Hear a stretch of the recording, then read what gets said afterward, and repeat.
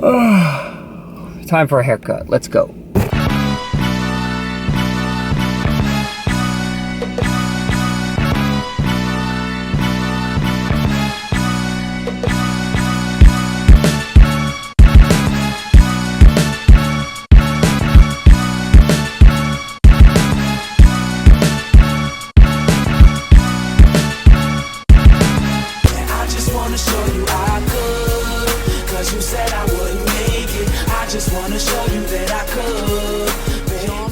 So now we're off to Bev Francis Powerhouse Gym. I got a chocolate rice cake. Before I left the house, I had a protein shake with some coconut water, so I feel pretty good. Brittany and I are going there to meet up with, I believe Ashley's going to be there. Ashley Nocera, our teammate with Alpha Lead, she will be doing a photo shoot, which is ending right around now, and then I think she's going to train. I'm not sure what she's doing, what her plans are, but I'm meeting up with my buddy Rishi, who is actually from England, and he's a physique competitor. I'm pretty sure he placed first at his last 3 events, and he's been wanting to train for a while. This is actually his home gym, so he told me whenever I'm free to hit him up. So we're meeting up today. We're gonna get, I believe, an upper body workout. I'm gonna try and have him take me through his typical workout because I just want to just introduce something new, keep it fun and interesting. It would be nice to be in a different gym atmosphere and get some tips from him. He's obviously done very well with physique, and I'll film as much as I can for you guys when we get there. So we got about 30 minutes and then we train. Hey, Rishi, my man, how you doing? How are you, brother? How you doing? All right? Good. How are you? How are you? What's going on? How's everything good? Good. Not too bad, brother. Not too bad. Look who we ran into. Hello. Oh my god, I forgot I'm You're upside down. Hello, Just don't look at the guys. screen. I know, it's like messing me up. So Ashley just wrapped up a photo shoot. What was that for? Just a regular photo shoot for some social media content, and now we're gonna go kill a leg workout. They're gonna get a leg workout. I'm not gonna do legs. All right, what's going on, guys? So I am here with my buddy Rishi. How did we first meet? I think I came in here. You were training in here, and I came over to you, and I thanked you for getting me through my cardio sessions with his videos, which was genuine, and we talked from there, and then we communicated through Instagram. Yeah. And here we are.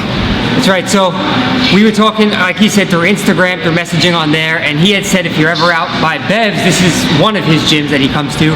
He said, let me know, we'll get a training session in. So if you want to just give a background about who you are, like how long you've been training maybe, or your competitive history. Well, basically, many moons ago, I came here from Sheffield, England. I was recruited to play at Hofstra University soccer, not American football, which many people say now. I was never always this big. But again, I played soccer for 4 years there. I played pro for a couple of years after school. And I fell in love with the place. I stayed out here. And for many years after that, I was always into lifting, but there was something missing. After I stopped playing soccer, it was like that competitive nature. It was always like a void. Mm-hmm. You know what I mean? Like I used to wake up like trying to improve in something. And I was always like, what can I do to improve at soccer today? And every waking up and just going to the gym and started to move weight, it got very repetitive. Mm-hmm. Then I started to do like a little bit of powerlifting, and it was okay, where's this going? Is this going, just keep going up in weight until I hurt myself? And it was like, eat more food, eat more food, eat more food. And I didn't like the way my body was looking at that point, because I've always been like lean. Yeah. And, you know, mentally it got to me a little bit. So a lot of people were pushing me to, like, you know, step on stage. Fortunately enough, you know, they created, you know, Men's Physique. Again, because I wasn't a bodybuilder type, you know, so Men's Physique was something that, okay, could I do this? Let me give it a shot, you know, and again, it helped me out when I was coaching people too, because it was the one area that I had I wasn't comfortable coaching someone for stage. So I wanted to put myself through it, so I have that comfortability factor and that confidence to really tell somebody, okay, this is how we're going to do it, this is how we're going to show up, you know, with a caloric intake and everything like that. And then last May, I stepped on stage. I've done 5 shows since. Finished second in my first 2, and I'm coming off 3 in a row. I've won the last 3, and the last show I did, I won the overall. So things are working out pretty well. I'm about to start prep for my next show, which is November 5th. Okay. So now, why did you stop playing soccer? Was it just? Well, it was one of those. Unfortunately, it became an adult decision with finances. Back when I was playing pro, financially, it wasn't it wasn't lucrative. Even though it was a professional league, it was a few thousand a year. It wasn't anything that you could really live off. I found myself, ironically enough, in a situation where I had two roommates, and they'd be going out on a night out, and I'd be the professional athlete in the house, and I went, I can't afford to. And it was almost like, wow, I need to give up the dream a little bit here. And it was like, it was a little depressing. And then you start playing casually, and it was like, okay, well, I'm risking more, because if I can't walk, because I started coaching, if I can't walk, I can't work. So if I get hurt having fun playing soccer, then I can't financially support myself. So unfortunately, I had to knock it on the head and seek a different avenue. So. All right. So as far as, you said you used to do some powerlifting. Is that something you still do at all? What's your training like? I've adopted almost like in the off season, especially like a power bodybuilding approach. Okay. I've adapted it to my own style. I'm a big volume guy too. But getting, deadlifting and squats, I'm a huge advocate on. It's always nice to move a little bit of weight here and there safely. But it's something I enjoy doing. Never really looking to compete, to be quite honest with you. But again, because I'd have to get my caloric intake to the point where I wouldn't like the way I looked.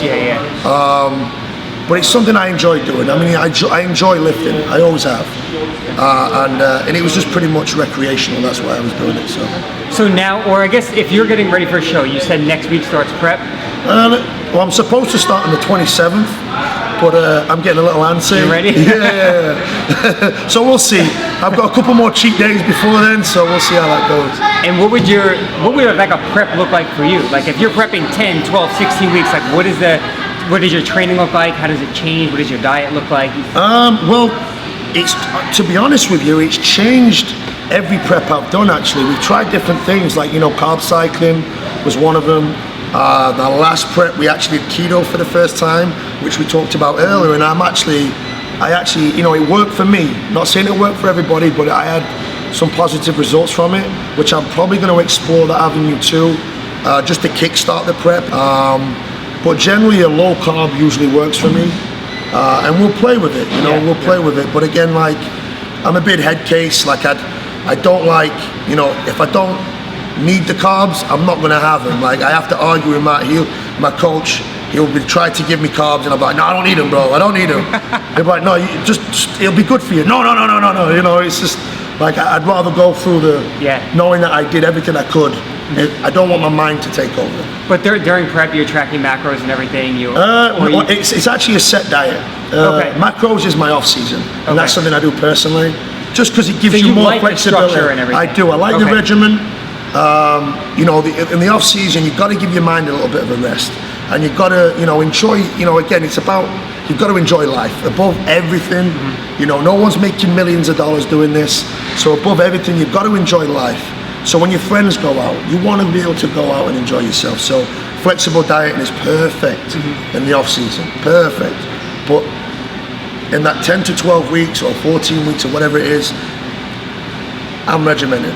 I'm sticking to the ounce, everything I'm supposed to do. Because again, when it comes to stepping on stage, I know that I never stepped away from what I was supposed to do. I know that I did everything I possibly could to show up the best I can be. And that's important to me. And that's a very good point, because flexible dieting, people do that all the way until the week of their show, and they start playing with foods that they've never eaten before, introducing new things into their body, and their body responds to that maybe in a negative way. So the way he's saying things are regimented, everyone gets this, like, they think that it's just bro and they don't want to be a bro, or they don't want to clean eat. But when it comes down to it, when you have a set day where you're going to step on that stage and you need to look your best, you want to be regimented. Meal planning is great. Cooking in bulk is fine. People, I think, are worried about being, I feel like people feel like they're going to get judged if they start prepping meals, like, because it's like the old school train of thought where it's like, eat however often, or you have to eat out of Tupperware, and there's nothing wrong with that. I would say, if, like you said, if you're serious about prep and getting on stage, then having that consistent schedule is a good thing to have. Well, another thing that can't be misinterpreted here is like, I say I'm regimented in things, and I know what a lot of people are thinking. Straight away they think, oh, it's chicken and rice. It's like boiled chicken and rice and asparagus, right? It's not the case. Like, there's so many different things now different companies coming out with new products that you can season things and all these million things. Explore them and see how your body responds. Start exploring them early in your prep, because if you have a negative response to something, you can eliminate that and go a different way. But don't change anything when you're 2 or 3 or 4 weeks out, because again, your body's learned to adapt to a certain way of eating, a certain intake, a certain sodium level or whatever. The last thing you want to do is start throwing in curveballs. But again, early in the prep is where you can explore all these different avenues. Now, I think this is something that I never really hear talked about with competing. Artificial sweeteners. Right. We mentioned Walden Farms before. Yeah. Do you cut that kind of stuff out as you get closer? Or you just keep To be it in? honest, no, I didn't. I use the, this is not like a promotion to Walden Farms. I'm not sponsored by them, but like simple things like the Walden Farms balsamic. I know people are going, oh, really? You like that? But listen, if it's one of the only options I have, then I'm going to do it, right? But the Walden Farms balsamic and the pancake syrup is just insane. Yep. And if I'm eating cream of rice, and you cannot eat that on its own, trust me, I would go insane. Now it's one of my favorite things. A little bit of cinnamon, a little bit of pancake syrup, I'm good to go. If you saw the amount of cardio that I do, and you think I'm going to stress about what's in Walden Farms pancake syrup, if it says 0 calorie, listen, I'm doing an hour on a Stairmaster, it's not going to affect me. You know what I mean? But again, if you do the work, small little things like that aren't really going to be a detriment to you. Yeah. You know what I mean? But when you're piling it on everything, then maybe it might start to affect you. Yeah, moderation. Moderation is key. Moderation is key. Yeah. All right, so I guess kind of to wrap things up, what advice would you give to someone who might be looking to compete, who's currently in prep and still has some time? Is there something about, I've talked about this on the channel before, we talked about the importance of practicing your posing. Yeah. Something that, I should have been practicing months ago. I should have just reached out to you and been like, let's start now, but. Well, with that said though too, not necessarily, because if you were to practice on your own, from what you've seen on YouTube and stuff, you would have picked up bad habits, and it would have been almost harder to correct those. Okay, yeah. Because automatically you'd be fixed into a certain position, and to transform you out of those would have been probably harder. So coming in fresh, it was almost like perfect. We had a blank canvas and we were able to paint on it. You know So what I mean? for someone completely new to posing, would you recommend hiring a posing coach? Absolutely, Okay. absolutely. Whether you're hiring a posing coach or someone with a little bit of experience, I'm not a posing coach. I just have experience on the stage where I was able to help you out a little bit. But again, anybody who's really competing, feels comfortable giving advice, is perfect. It gives you a basis, basically. So if you approach somebody who you know is, not somebody who's talking big game, somebody who's actually showed that they know what they're doing. If you approach them, ask them kindly if they can help you out, and then at least you have a basis then to work on. If you still don't feel comfortable after that, then explore other avenues, because this thing can get expensive, especially when you're spending a lot of money on food and fees like we've talked about before. Yep. And now you've got to buy a coach and this and that, the other. But again, explore all the options is basically what I'm saying. And I think I definitely covered before on the channel, but giving yourself enough time for prep your first time. Yeah. I feel like people think maybe 8 weeks is enough or 10 weeks is enough, but really you need to. Yeah. It's different for everyone. Some people can get it done because they maintain that leanness year round. Well, if it's your first show, honestly, anything less than 12 weeks I wouldn't recommend, because there's the mental struggle that you've got to get used to too. It's a completely different lifestyle, and you're shooting for a different goal. Mm-hmm. So there's a lot of mental involved, where you've got to get your mind right about the eating and everything else. And not only that, it's just the schedule and the regimen. In that short period of time, you can figure out if this is actually for you or not. Once you've done 7 or 8 weeks of prep and you've pushed your butt for so long, and then you realize that you just can't do this, you've wasted 7 or 8 weeks of your life. Mm-hmm. If you start further out, do 14 weeks, after a couple of weeks you go, you know what, maybe not. No. Makes sense. You know what I mean? Like, yeah. you've got to give you that comfort zone, that cushion. Because if you get close to a show and you're like 3 or 4 weeks out, now you're doing it for the wrong reason. Right? You're forcing yourself to compete because you've come this far. Yep. That's not fun. That's not life. Yeah, exactly. Yeah. Right? You're doing this because it's an experience. You should enjoy it. Does it get Does it suck sometimes? Yeah, it does. But at the end of the day, remember, you're coming in the best condition of your life. How many people can actually say that they reached the pinnacle of their aesthetic ability, right? Many people almost get there. They never pushed. But if you're miserable for the last 3 weeks, it's not worth it. It's not. It puts too much strain on not only yourself, but everybody around you, and you don't want to be that guy. Yeah. You don't want to be that guy. I used to be big time. Yeah, you know, it happens, but you've got great people around you that can help you out, so it's definitely beneficial for you. All right, so we'll wrap it up there. He offered again to help me out. You know, I'm 2 weeks out as of you guys watching this video, so Saturday is officially 2 weeks out, so we're gonna try and get together maybe sometime next week. Practice the posing, something I'm gonna practice every day. Yeah, show me some videos over progress pictures. I appreciate it so much, man. It's a pleasure, brother. Man. Pleasure. You don't have YouTube, right? I don't have YouTube, no. Instagram is UKNY Fitness. Okay, I'll throw that on the screen and everything.